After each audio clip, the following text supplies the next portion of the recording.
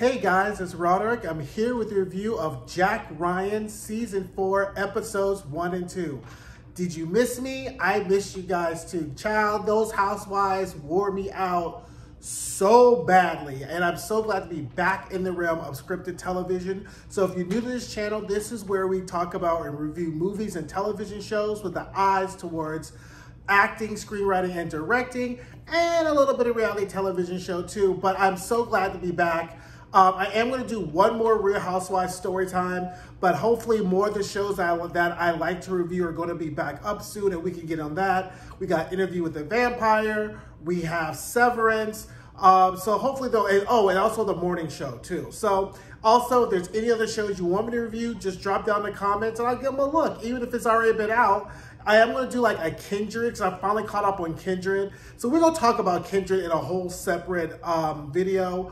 But anyway, we'll do that later. Anyway, so here's Jack Ryan, Season 4, the final season, Episodes 1 and 2, because I'm going to put them all together because Prime just released them all together. So, we start off with this teaser, and it's in Myanmar, and they're dragging somebody out of a car. They drag them through the hallway. They start to torture him, and we find out it's Jack Ryan, right? And I really hate now when shows do that in a teaser, right? Like, I don't like the whole, this is what happened, let's go back to 3 weeks earlier, whatever. I mean, I understand it kind of shows us where we're going, but it's become like a very lazy narrative trope. But that's all kind of minor nitpicky, because I don't really like these type of like action spy thrillers. I'm not really expecting much. Like, I just want you to give me a good action, a good plot, you know, some nice subtext, and that's pretty much it. And Jack Ryan has pretty much delivered that for the 4 seasons. I really have liked this series. John Krasinski has done a really great job.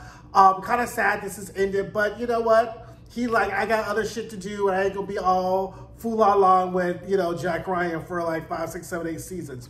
So one of the things about this season I already noticed, if you have not watched The Hunt for Red October, Patriot Games, these are all movies that were done in the 80s and the 90s. We had Alec Baldwin as Jack Ryan, and then we had, of course, Harrison Ford playing an older Jack Ryan. It seems like this season they're trying to bridge that gap between kind of the Jack Ryan that we're introduced to in the 90s and the 80s to kind of how he got there, which I really like. So 3 weeks earlier, we see this SOG team going through in Lagos, Nigeria. They're breaking into a house. Boom, boom, bam. They shoot somebody. They take a picture, right? Then so now we have this man in a room, right? And he's like leading the SOG team like through the whole things. The SOG team gets alerted. He's like, I guess you all should leave. He shuts down his computer like it's 5:30 at, you know, on a Tuesday, and he's walking out his office at BizHub, and we find out his name is Walters. And he's like going about his business with this whole company that's like a front for something, and he's really running these special operation gang units or whatever like that in there. So I was like, okay, cute, right? So now Walters calls this guy who we find out is Fa in Burma, who's in Burma, who's also who's in Myanmar, and it's like, oh, okay, it's done, DNA confirmation. Then Fa calls somebody else, is like, oh, the shipping lanes are open. So we're like, okay, interesting. We now have a plot line, right? And I mean a plot line being, we don't know whether or not this will be our A plot line, or B plot line, or C plot line. But we find out that's like our A plot line. I think that's actually, if I think about it, that's our A plot line, right? So this whole Fall Walters whole situation. Our B plot line is now Director Wright, who we met last season, who was Jack's station chief in Italy, is now the acting director, because if you recall from season 3, Miller got fired for all of his shenanigans and fool-along around. So now she's acting director. Jack is now the acting deputy director, and they're going through the confirmation hearings, right? So they're briefing the president, and then the president's like, what's about this going on in Nigeria? And Jack's like, I can't tell you whether it is or isn't, right? Like, he's like very much not wanting to play the political game. It's like, look, I can tell you what it is, I can tell you what it isn't, I can tell you what I don't know. But I'll get to the bottom of it, right? So everyone's like, okay, you go ahead and do that. Now we enter Michael Pena, right? Now, I really like Michael Pena. I've always liked him. It's great to see kind of the trajectory of his career. So he's like playing this guy. He's like, he's like praying, and there's a lot of, in these first two seasons, a lot of biblical iconography, right? Or, you know, so he's praying, he pulls out this box, he goes to another cartel. This guy's about to get in on a threesome, and I had to watch this like a couple of times because I was like, are those his hands he puts in the box? Lo and behold, I guess it's Emilio's hands that he done chopped off while he's about to get it on with the threesome, delivers it to his cousin, and we find out now that the Marquez cartel has consolidated power in Mexico, and they're working with Fa and Sheen in Burma, right? So what happens is the cartel's providing the product, right? Now we have the shipping lanes open. So now it's creating this distribution channel, right? And we find out that the Fa's organization is called the White Lotus Triad, right?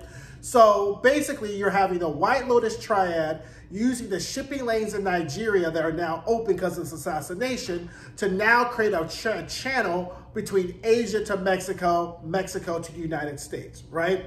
So that's pretty much what this is, right? So Fa then has to go down to Mexico and meet with the people, look at the product, adding his little special Burmese sauce to their drugs or whatever like that, okay?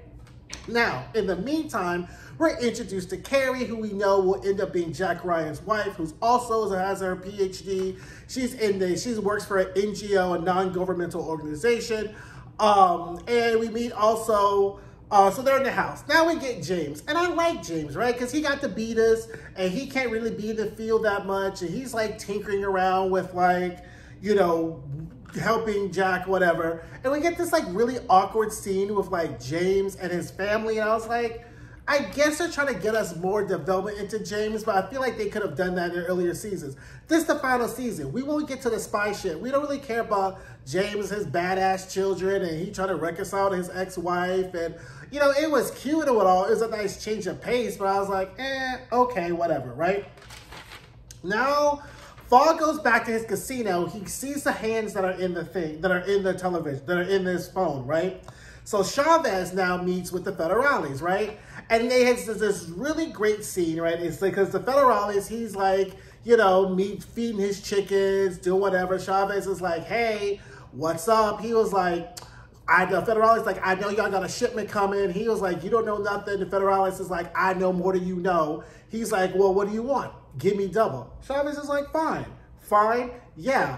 Just be mindful of the chickens. This was such a great line in this episode. He goes, because if you want more than seed, I will cut your head off in front of your family. And I really like that kind of use of kind of like imagery with the chickens. So Federales is like, look, as long as that money arrives on time, it'll be fine. Now, in the meantime, Jack and James are getting to trying to find out all of Miller's special products, right? Special projects. But they're kind of written in shorthand. So James is going through Yaya Wu. They find out there's 9 special operations. They don't know what's going on. So Jack, being the acting deputy director, shuts them all down. How is this going to make things complicated? It makes things complicated because when the Federales doesn't get his money that day, he's like, oh, you got me all the way fucked up, chicken head or not. He calls in the police. So the Federales come while Fa is there investigating the drug boat or whatever, and shit just gets shot up. Now, mind you, Chavez was going to end up trying to kidnap Fa, but Fa knows this, so Fa went ahead and told his wife before he left to Mexico, get the hell out of town. But now that he survived it, he texts her and says, nope, come back. So now she's like, oh, whatever. So she runs on back to the airport. Fa tells this, so his body man is actually his son. I don't know if it's from a regular marriage, from the same marriage, whatever. So they finally get out of that whole shooting spree, and everybody's like, what the fuck just went on, right? Now, we have this Nigerian gala. Jack's there with Carrie. We're introduced to Ade, who is this Nigerian lobbyist, who I figure is going to end up being kind of like important in the end because they spend a lot of time on him. They spend a lot of time introducing us to Mrs. Lemos, which is this rich benefactor who wants to give to Carrie's organization. And, you know, it's all fool-la-la. It's all fun and games until Chavez shows up at Jack's house with a gun pointed to his head and is like, turn Pluto back on. You got 24 hours. And I was like, that's kind of ballsy. Like, is there no respect these days? Can you just waltz up into big government officials' homes? And why is Jack living in an apartment that looks like that's some kind of apartment you live in after you graduate from college? Like, I was just like, okay, fine, whatever, right? Now, we get to episode 2. Now, episode 2 really didn't give us a whole lot because the first episode kind of sets up our world, right? So now we have our players.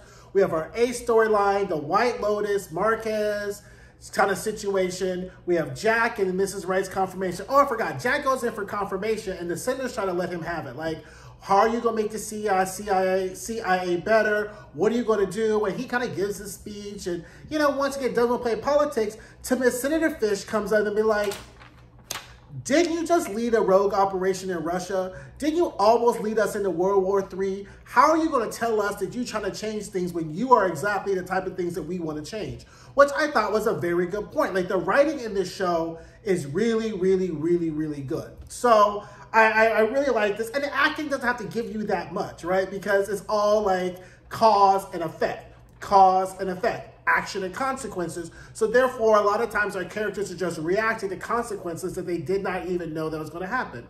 Now we get into episode 2 and things get even more complicated, right? So now Fogg goes back and he got to clean up all this mess, right? Because he can't let folks know that he tried to get out of town in case he got hijacked, right? So he like goes to his wife being like, we never left. Goes to his daughter being like, you just dreamed that. Strong arms the doctor and is like, my daughter is here. She was feverish. You forgot to write it down. Put everybody else in formation because whatever they threaten you with, I could do that even more. And then kind of boots the doctor out of his office while he takes a phone call, right? Now it gets Greer. They go to shake down Miller because they need to find out all of these things that are going on. So Greer meets with Miller. Miller's like, fuck you. I don't have to work for you. I didn't like your black ass anyway. Bop, bop, boop. Miller goes back home, and guess who's waiting for us? Our friendly neighborhood burglar, Chavez, who is pretty much about to threaten him as like, oh my God, you know, I should kill you right now. You gonna fix this? Because Miller's like counting his nickels and dimes like, okay, how much do I have? How much do I need to have to leave? So at this point, Miller calls our friend Walters, who we met in the first episode. Walters is like, don't call me unless you need me to do something. I picked up the phone because you called, but I don't move unless you put official on it. Miller then later tells Walters, Jack Ryan official. And I was like, damn, that was quick. We gonna try to kill Jack Ryan like this immediately, right? So then Miller and Jack Ryan meet because Chavez gives him the rundown on like all the old operations, all he was doing, all this stuff, and Jack doesn't know how this all puts together. He pulls some little geeky person out the finance department where he used to work and big flexes on them, was like, hey, you, can I borrow you for a moment? And then an old fish who used to run the department was like, oh, hey, Jack, oh, excuse me, Director Ryan. He's like, yeah. Puts old boy in his office, tells him they'll give me everything I need to know. He's like, I don't have security access. Now you do. Don't leave this office. I was like, damn, what about bathroom breaks and shit? But I mean, I'd have been like, okay, give me my lunch served, like whatever. But I guess, you know, these are government salaries and we all got to keep the little budgets tight. Anywho, so Jack finds out all he knows about Chavez, meets with Chavez. Chavez gives him the rundown. Now, what I'm not sure is whether Chavez knows as much as he thinks he knows or whether the stuff Chavez was telling him was true, right? Because there are levels to this. And obviously Chavez is on the bottom level. We then have like Walters and Miller. And then obviously when Miller meets with Jack, he's like, you don't know the league that you're playing in. You don't know the type of people you're dealing with. You don't work for American people and you about to get us all fucking killed. Just turn that for money back on. Jack's like, I'm not turning the money back on. And basically the people who you were scared of are probably watching us now. Miller's like, you know what? Oh, fuck. So then Miller goes running and leaving and scared. He goes running home with his bag. Child Walters is out there, goops him up, chokes him, puts him with, it was not to say strangulation and like bondage is cute, but I was like, well, that's an interesting way to hold someone. So he puts a rubber cord. I thought he was gonna like fake like a drug injury. Nah, he wraps a cord around his neck and puts it on his hand so that way he stays like this and then pours some pills and booze. And I was like, are people really still thinking people kill themselves with pills and booze? I don't know. Maybe, I don't know. Anywho, child, then he like puts Miller on his desk, you know, inserts him with some kind of drug. Miller's dead, and Chavez is on their way to kill Miller. Jack and Greer are on their way to stop Chavez from killing Miller. They show up, and Chavez is like, it's too late. They killed him, and now they're coming after me. And now Jack got complications on complications on complications. Meanwhile, director Wright, who I think likes this Ade guy, is calling him to saying, that, you know, can you go with me to Nigeria? Because the president's like, you need to go to Nigeria and fix this. And he's pretty much scoots Jack, because Jack has said he's going to take the blame for this whole thing, his whole situation anyway, to protect director Wright and the president. They're like, well, you need to go to Nigeria. She's like, oh, perfect. I can make this a vacation with Ade, which I want to go, okay, with Ade. And I was like, okay, cute. So I don't know whether this is going to be like a love thing or whatever like that. So anyway, that's pretty much episodes 1 and 2. Like it really, so now we have the setup, we have the complications, we have the characters. I really, really liked what they've done in these first 2 episodes. I know I kind of like boom, bam, bam, bam, bam. But like these kind of shows, like, you know, you can't, there's not a whole lot of subtext or character development or, you know, allegory that can be seen, right? Besides the biblical iconography between Chavez and then, you know, Miller had a Bible on his desk, and then you saw Faw's Bible on his desk. So I'm trying to see whether they're just people who have Bibles or whether that is some kind of like allegory or some kind of charged item later on. Anyway, that's Jack Ryan, episodes 1 and 2. Again, I like it. I like the pace of the show. Besides that whole Greer family situation, but you know, that's nitpicky. So I like the show. So let me know what you all think. Go watch it, drop down in the comments, and don't forget to like, subscribe, and share. I'm trying to get my subscribership up. I'm still hovering at 150. So go back and watch some of my other episodes from my other shows. Hit the alert button for my new videos, and I'll see you guys later. Bye.